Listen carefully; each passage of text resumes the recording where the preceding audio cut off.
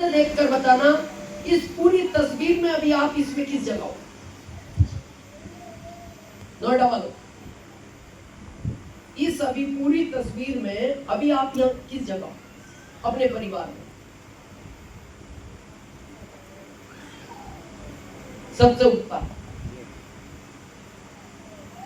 क्योंकि आज आपके हो सकता है माता पिता यहाँ नहीं आए, बहुत लोगों के हो सकता है बच्चे और पत्नी भी नहीं आई। उस परिवार में आप सबसे ऊपर हो, तो आज अपनी वैल्यू समझो सबसे पहले कि जो सबसे ऊपर होता है उसकी जिम्मेदारियां ज्यादा होती है परिवार में।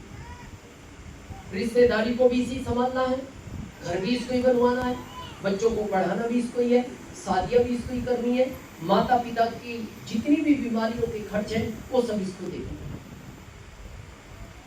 हम आज तक थोड़े सीरियस नहीं है, इसलिए हमें इस कहानी का पता नहीं लगा। आज वैल्यू समझना चाहते हो अपने आप की? ये व्यक्ति जिस दिन थोड़ा सा मुस्कुराता है, खाली मुस्कुराता है, उस दिन ये परिवार हंस पड़ता है, और जिस दिन ये व्यक्ति थोड़ा सा उदास हो जाता है उस दिन ये परिवार रो पड़ता है। आप वैल्यू तो समझो।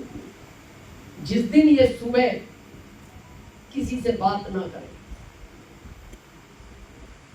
चादर लेके ओढ़ा है, सोया हुआ है, पत्नी पास जाके पूछती है क्या हुआ, ये चुप है, पत्नी अकेले रूम में जाके रो पड़ती है, पता नहीं क्या हो गया। बच्चे माँ के पास जाके रो पड़ते हैं, माँ पापा आज बात नहीं करते।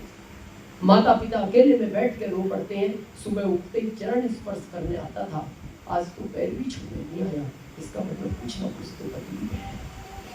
यानी उदास हुआ है ये तो रो पड़ेंगे। खाली विचार करना, जिस दिन ये नहीं रहेगा तब इनका क्या होगा। अगर ये उदास रहने पर रो पड़ते हैं, जिन्होंने खोया है ना यहाँ कोरोना में, या और भी बहुत लोगों ने अपना पति खो दिया, बहुत ने अपनी पत्नी खो दी, बहुत ने अपने बच्चे खो दिए, बहुत ने अपने माता पिता खो दिए। विचार करो, जब एक आदमी परिवार से खोया जाता है क्या बीतती है उस आदमी का। और ये अटल सत्य है, जो आया है वो जाएगा। जिस दिन उसने आपकी आने की तारीख लिखी है उसी दिन वो जाने की भी लिखता है। ये कड़वा सच है नोएडा वालों, और ये कोई बुरी बात नहीं है, ये तो कड़वा सच है और अटल सच है। जो आया है वो जाएगा, प्रश्न जाने का नहीं है। प्रश्न ये है दुख का, पिता जिंदा है और पुत्र चला गया, दुख का विषय ये है।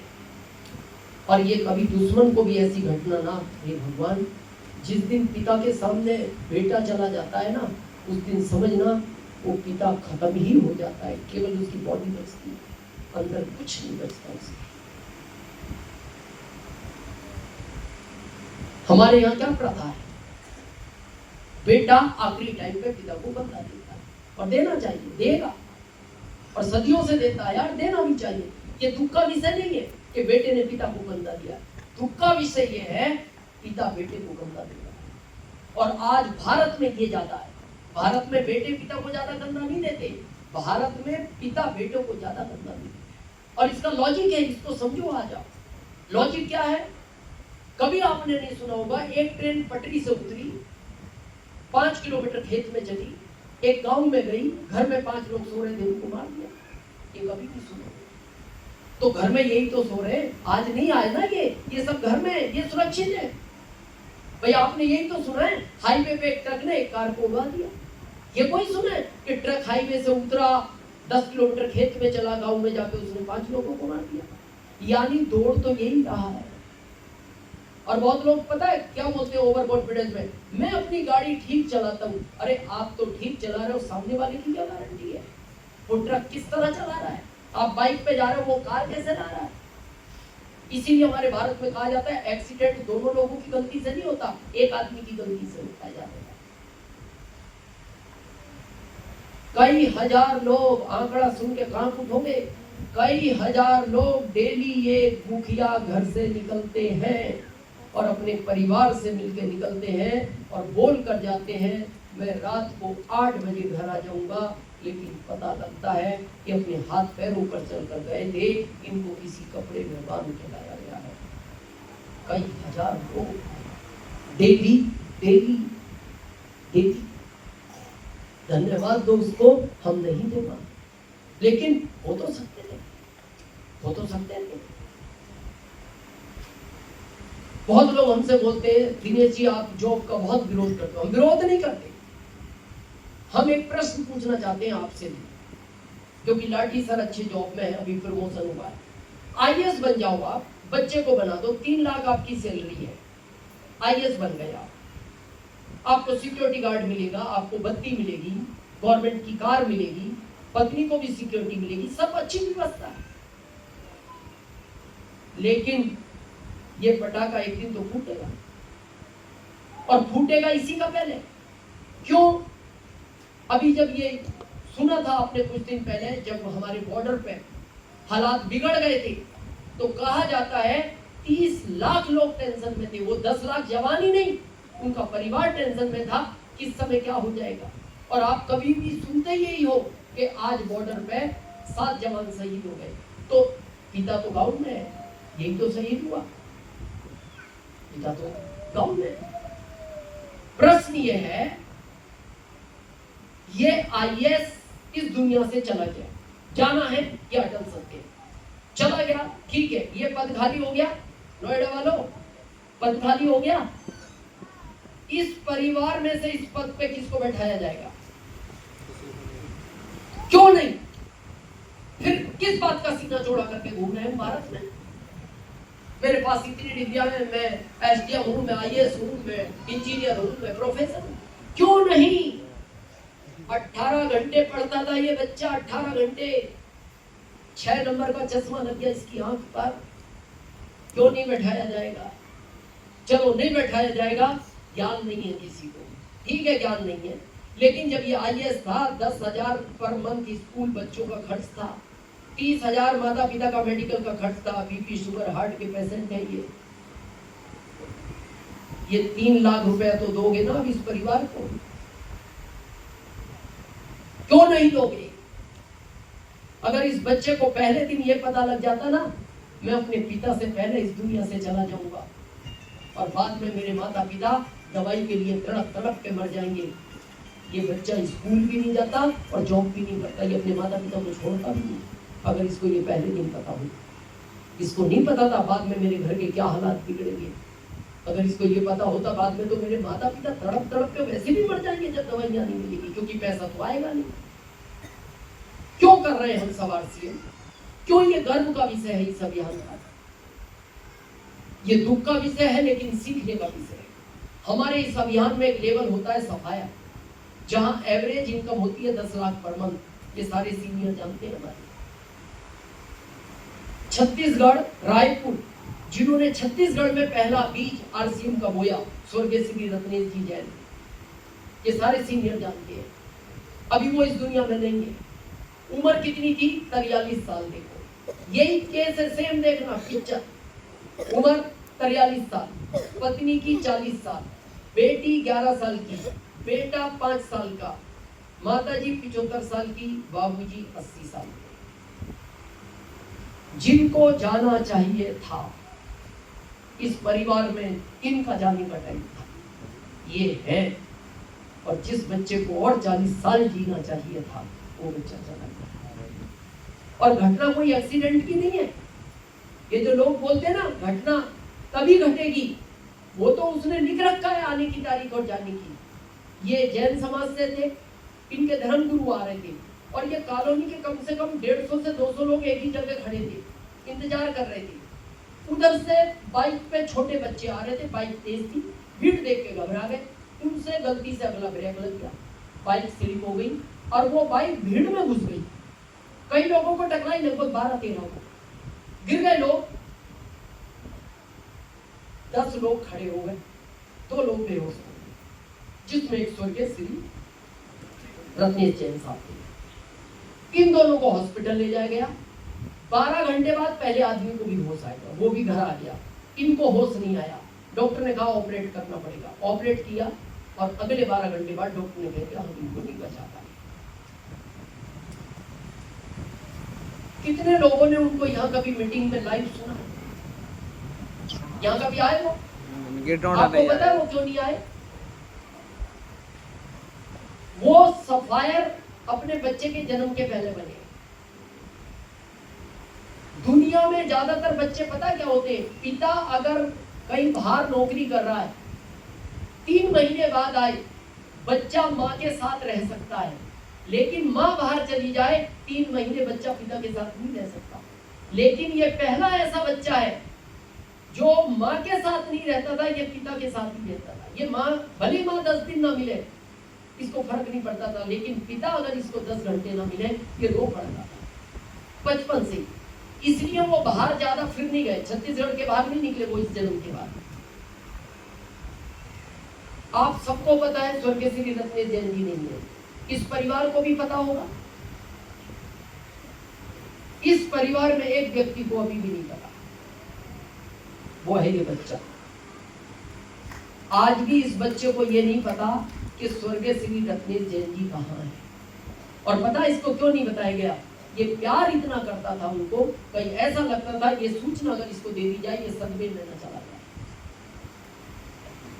बस ये विचार आप करो, देखो इसको ध्यान से, इस परिवार को। रात को 8 बजे जब इनका पार्थिव शरीर घर आया, तो हमारे यहाँ भारत में आपको पता है लेट अंतिम संस्कार नहीं होता। ये बच्चा इतना मासूम, हम बहुत गए छत्तीसगढ़, ये पिता के साथ ही रहता था, छोड़ता ही नहीं था उनको, रो पड़ता था। जब वो मीटिंग के लिए तैयार होते थे ना, ये पीछे से पैर पकड़ लेता था ऐसे और रोता था, पापा मेरा मन आपके बगैर नहीं लगता, पापा मेरे को छोड़ दीजिए। तो वो बोलते थे बेटा मैं आरसीएम नहीं करूंगा, कारें कैसे आएंगी? नहीं पापा मेरे को नहीं चाहिए, लेकिन पापा आप मेरे को छोड़ो, कार चाहिए मम्मी को भेज दो, वो मीटिंग कर रहे हैं। बेटा वो कैसे जाएगी 4 दिन? हाँ पापा चली जाएगी, किसी अंकल को साथ में भेज दो, लेकिन पापा आप मत जाओ, पापा मेरा मन ही नहीं लगता आपके बगैर। ये बच्चा बचपन से प्यार करता था। जब पार्थिव शरीर घर आया ना, इतना मासूम बच्चा, ये पास में जाके पता क्या कह रहा है अपने पापा को? पापा उठो ना पापा, पापा आप क्यों सो गए गहरी नींद में? फिर मम्मी को जाके कहता है मम्मी मैंने पापा से लड़ाई नहीं की कुछ भी, आज तो मैंने कुछ लड़ा भी नहीं, फिर मेरे से बात क्यों नहीं करती? फिर लगा कहीं ये बच्चा डिप्रेशन में ना चला जाए, सदमे में ना चला जाए, इसको हटा दिया गया। आज भी नहीं पता उसको।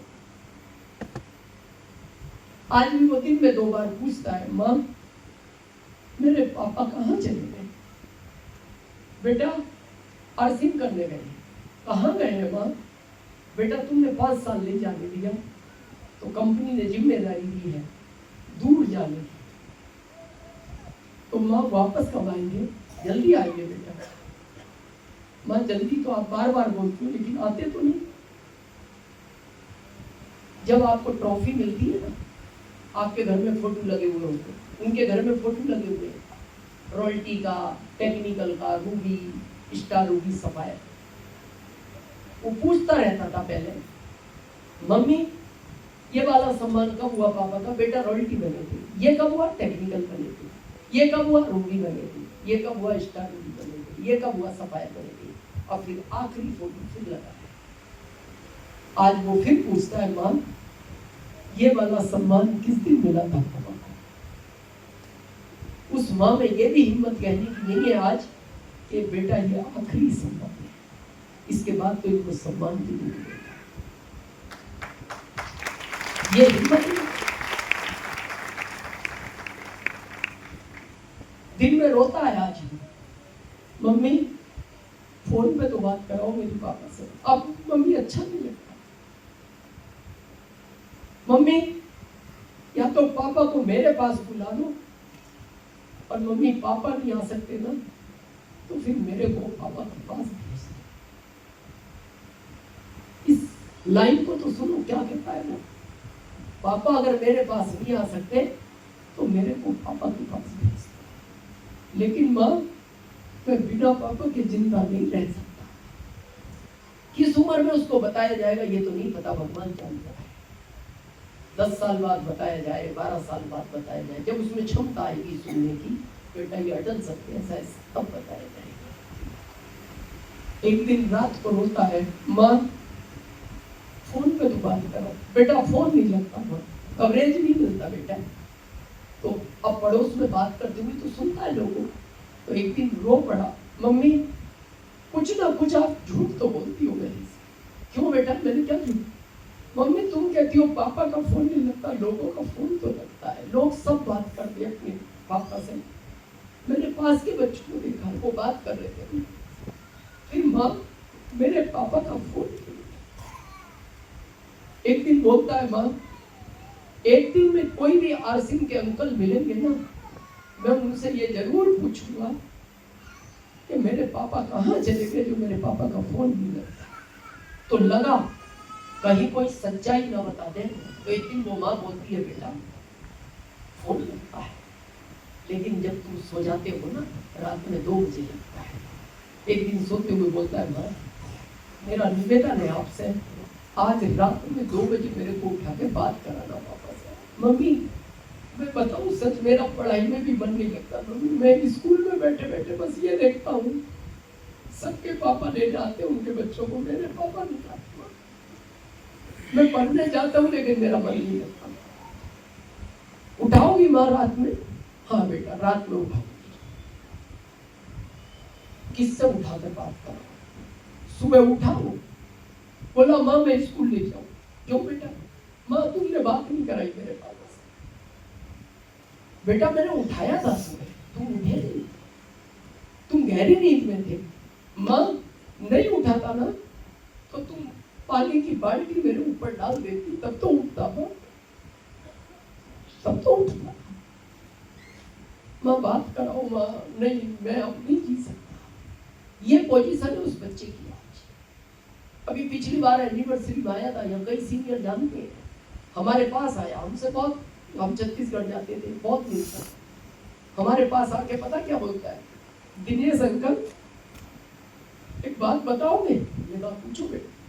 अंकल मेरे पापा आपको कोई आरसी की मीटिंग में मिलते हैं क्या अंकल? हमने कहा क्या हुआ बेटा? अंकल मेरी मम्मी मना करती है कि वो उनका फोन नहीं लगता। अंकल अंकल मेरा निवेदन आपसे एक है, कभी मेरे पापा आपको मीटिंग में मिल जाए अंकल, आपके फोन से बात कराना अंकल। अंकल जितने पैसे लगेंगे ना फोन के मैं दूंगा अंकल, मेरे पापा बहुत अच्छे हैं, वो दे देंगे, मना नहीं करेंगे अंकल, लेकिन कराओगे अंकल? क्या कराओ? हाँ बेटा कराएंगे। बस नोएडा वालों आखिरी बात करके मीटिंग खत्म कर रहे हैं। जो लोग कहते हैं ना मैं आरसिन किससे पूछ के करूं, पिता से पूछूं, माँ से पूछूं, पत्नी से पूछूं, पति से पूछूं, भाई से पूछूं, बहन से पूछूं, किसी से भी पूछूं। जब इच्छा हो, जिस दिन आपका क्यों क्लियर हो, रूम में अकेले बैठना, अकेले, और अपने आप से पूछना, और इस तस्वीर को ध्यान से देखना, अंदर सोचना कि जिस दिन इस तस्वीर में से मेरा चित्र हटेगा स्वर्गीय श्री रत्नेश जैन जी की तरह, किस तरह की सिक्योरिटी देता है ये, उस ताकत को समझो। क्यों कर रहे हैं हम सब? जब ये घटना घट गई, ये पद खाली हो गया, पद खाली हो गया। 1 महीने बाद कंपनी का फोन आता है सुबह जैन जी के पास, मैम बहुत दुख के साथ कहा जाता है हमने इस अभियान का एक बड़ा सिपाही खो दिया, लेकिन मैम आप चिंता मत करना, आरसीएम साथ है हमारे, आप अपना ध्यान रखो, बच्चों का ध्यान रखो, अपने माता पिता का ध्यान रखो। और मैम हमने आपको फोन इसलिए किया है, ये वाला पद खाली हो गया है क्योंकि स्वर्गीय श्री रत्नेश जैन जी नहीं रहे दुनिया में, और आप अपने पेपर कंपनी को मेल करो ताकि अगले महीने इस पद पर हम आपको बैठाएंगे। और आज ये सारे सीनियर जानते हैं इस अभियान में अभी सुबह जैन सफायर है। पिछले महीने का उनका लाभांश था 13 लाख कुछ हजार, एक महीने का 13 लाख कुछ हजार। बस महसूस करना, क्या मेरे परिवार को स्वर्गीय श्री रत्नेश जैन जी की तरह इस अभियान की जरूरत है, आरसीएम की जरूरत है? दिल आत्मा कहे हाँ है। इस साल बहुत तेज गति से काम करना, हर महीने ग्रोथ पे काम करना, और आपका दिल आत्मक है नहीं मेरे पास सारी व्यवस्थाएं हैं, मेरे को जरूरत नहीं है इस अभियान की कि मेरे बाद मेरे परिवार को इस तरह की सुरक्षा नहीं चाहिए, तो आप इसको नहीं करना। आपने हम सबको सुना,